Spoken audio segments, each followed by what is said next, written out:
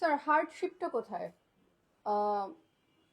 Computer based mock test বা computer delivered mock test যেটা বলি, আর এছাড়া আগে যেটা ছিল হচ্ছে আপনার পেপার বেসড মক টেস্ট, কোনটা বেশি ইজি?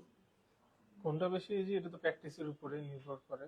আচ্ছা আমরা যেটা দেখি স্টুডেন্টসদের টেন্ডেন্সি থাকে যে সবাই পেপার বেস ফ্লেক্সিবল মনে করে, আচ্ছা কারণ বেশিরভাগ স্টুডেন্টরা আপনার কম্পিউটার কিবোর্ড টাইপিং এগুলোর সাথে রিলেটেড না, তো ওরা মনে করে যে পেপার বেস ইজি। বাট আমি তো যে কয়বার দিছি I went for CD based. Okay তো আমার কাছে সবসময় কম্পিউটার বেস ইজি লাগছে, বিকজ আমার টাইপিং ও প্র্যাকটিস ছিল। আর আমি দেখছি যে লাইক রিডিং সেকশন যেটা ওইটা অনেক easy in computer base. You don't have to মানে পেপার একটা পর একটা চেঞ্জ করে তারপর লিখতে হবে খুঁজতে হবে এরকম না। এরকম না। পাশে প্যাসেজ ডানে হচ্ছে question, drag the keyword paste it. আমি এরকম অনেক টাইম বাঁচাইছি। আচ্ছা সো লিসেনিং এ একটা বেনিফিট থাকে লিসেনিং এ রাইটিং বেসে, এখানে হচ্ছে 10 minutes you get extra for checking your transferring the answers, ওইখানে হচ্ছে 2 মিনিটস থাকে আচ্ছা ফর ওইখানে তো অ্যান্সার ডিরেক্ট বসায় দিতে হয়। সো এটা একটা ডিফারেন্স থাকে, but listening I don't think it's a big deal for computer base. But হ্যাঁ, মেইন প্রবলেম হচ্ছে অ্যাডজাস্টেবিলিটি, অ্যাডজাস্ট করা, আচ্ছা অ্যাডাপ্ট করা ওই সিচুয়েশন যে কম্পিউটার হ্যাঁ, কারণ এক্সামটা একদমই নতুন তো নতুন তো। ব্যাপারটা, হ্যাঁ অনেকেই হয়তো বা এখনো অ্যাডজাস্ট করতে পারছে না, ব্যাপারটা বুঝতে পারছে না, যে কারো কারো মনে হচ্ছে বিষয়টা হয়তো বা খুব কঠিন, আগেরটা বোধহয় ভালো ছিল যেটাতে আমরা ইউজ টু।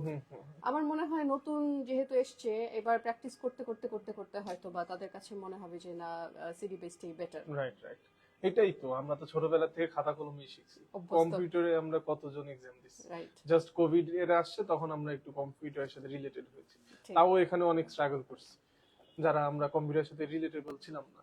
হ্যাঁ সো এখানেও আমাদের অ্যাডজাস্ট করতে হবে, অ্যাডাপ্ট করতে হবে সিচুয়েশনের সাথে। আর এখন তো প্রতিটা ইনস্টিটিউশন সিডি বেস মক ফুল সিডি মানে কম্পিউটার বেস আপনার প্র্যাকটিস করানো শুরু করে দিচ্ছে, আমরাও তো করতেছি। করছি রাইট। So, আমার স্যার অনেক স্টুডেন্টরাই আসে, পরীক্ষা দিয়ে আসে, কিছু কেউ কেউ মক টেস্ট দিয়ে বা কেউ কেউ ফাইনাল পরীক্ষা দেওয়ার পর আবার মক টেস্ট দিতে আসে, যে আবার প্র্যাকটিস করার জন্য আসে। তো ওদের কথা হচ্ছে যে যদি আপনার অ্যাসেসর ফরেনার হয় স্পিকিং এর ক্ষেত্রে, তাহলে তাদের মার্কটা বেশ ভালো আসে, এটা ট্রু। আর যদি বাঙালি হয় তাহলে তাদের মার্কটা কম আসে। এটার পিছনে কারণটা কি, দেখি আপনার সাথে আমারটা ম্যাচ করে কিনা। আমি যেটা মনে করি, যারা আমরা টিচার্স জি বাংলাদেশ, জি তাদের এক্সপেকটেশন হচ্ছে যে আমি নিচ্ছি টেস্ট বাঙালি স্টুডেন্টের, but their accent should be UK, মানে অনেক এক্সপেকটেশন থাকে। ওকে বাট যারা হচ্ছে ফরেনার, হ্যাঁ তারা হচ্ছে different setting people, different students, এদের সাথে অভ্যস্ত। হ্যাঁ তো ওরা বাংলা এটা তো কোনোভাবেই সম্ভব না স্যার, যে আমি তো বাঙালি, জন্মগতভাবে আমি বাঙালি, আমার ধরেন আমি যদি বাঙালি হই, যে বাচ্চাটা ইন্ডিয়ান, যে পাকিস্তানি বা যে ধরেন কলম্বিয়ান, তার অ্যাকসেন্ট তো কোনোভাবেই ইউকে হওয়া সম্ভব না, সম্ভব বা না। আমেরিকান হওয়া সম্ভব সম্ভব না। না। তার তার তো অ্যাকসেন্ট অবশ্যই বাঙালি হবে। তাহলে সেক্ষেত্রে একজন বাঙালি টিচার আমাকে কেন কম নাম্বার দিবে? সবকিছুতে পারফেকশন। আর আমি এটা দেখছি যে যখন ফরেনার নেয় জি এক্সাম, তখন তারা হচ্ছে জাস্ট দেখে যে কনভেইং অ্যাবিলিটিটা আছে কিনা, ও যেটা মাথায় ভাবতেছে ওইটা বলতে পারতেছে, বোঝাতে পারছে বোঝাতে পারতেছে কিনা, ওইটাই বুঝলে আই থিঙ্ক। এই জন্য আমি সবসময় বলি যে you will be lucky if you get a foreigner. তাহলে মজার ব্যাপারটা দেখেন যে একজন ইংলিশ, তার ল্যাঙ্গুয়েজই বলতে তার কাছে পরীক্ষা দিতে যাচ্ছি, সে আমাকে ঠিকঠাক মার্ক মার্ক দিচ্ছে। দিচ্ছি। কিন্তু আমারই এই দেশের মানুষ, আমি হয়তো বা ভিন্ন দেশের একটা ল্যাঙ্গুয়েজ পরীক্ষা দিতে যাচ্ছি, সেখানে আমি অ্যাপ্রোপ্রিয়েট মার্কটা আসলে পাচ্ছি না। হ্যাঁ, এটা ট্রু সিনারিও। এটা আসলে খুবই দুঃখজনক ব্যাপার যদিও। তবে আমার মনে হয় কি করে তারা প্রোনাউন্সিয়েশনটা এখন ইংলিশ বা ব্রিটিশ ইংলিশ বা প্রপার ইংলিশ কি করে আনতে পারে বলে মনে হয়?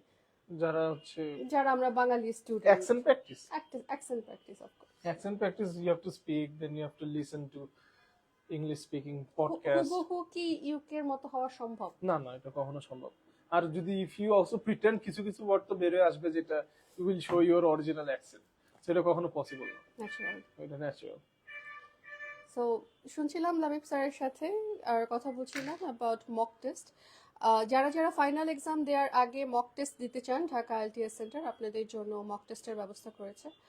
লিসনিং, রিডিং, রাইটিং এবং স্পিকিং মক টেস্টের জন্য আপনাদের সবাইকে আসার জন্য আহ্বান রইল। ধন্যবাদ সবাইকে।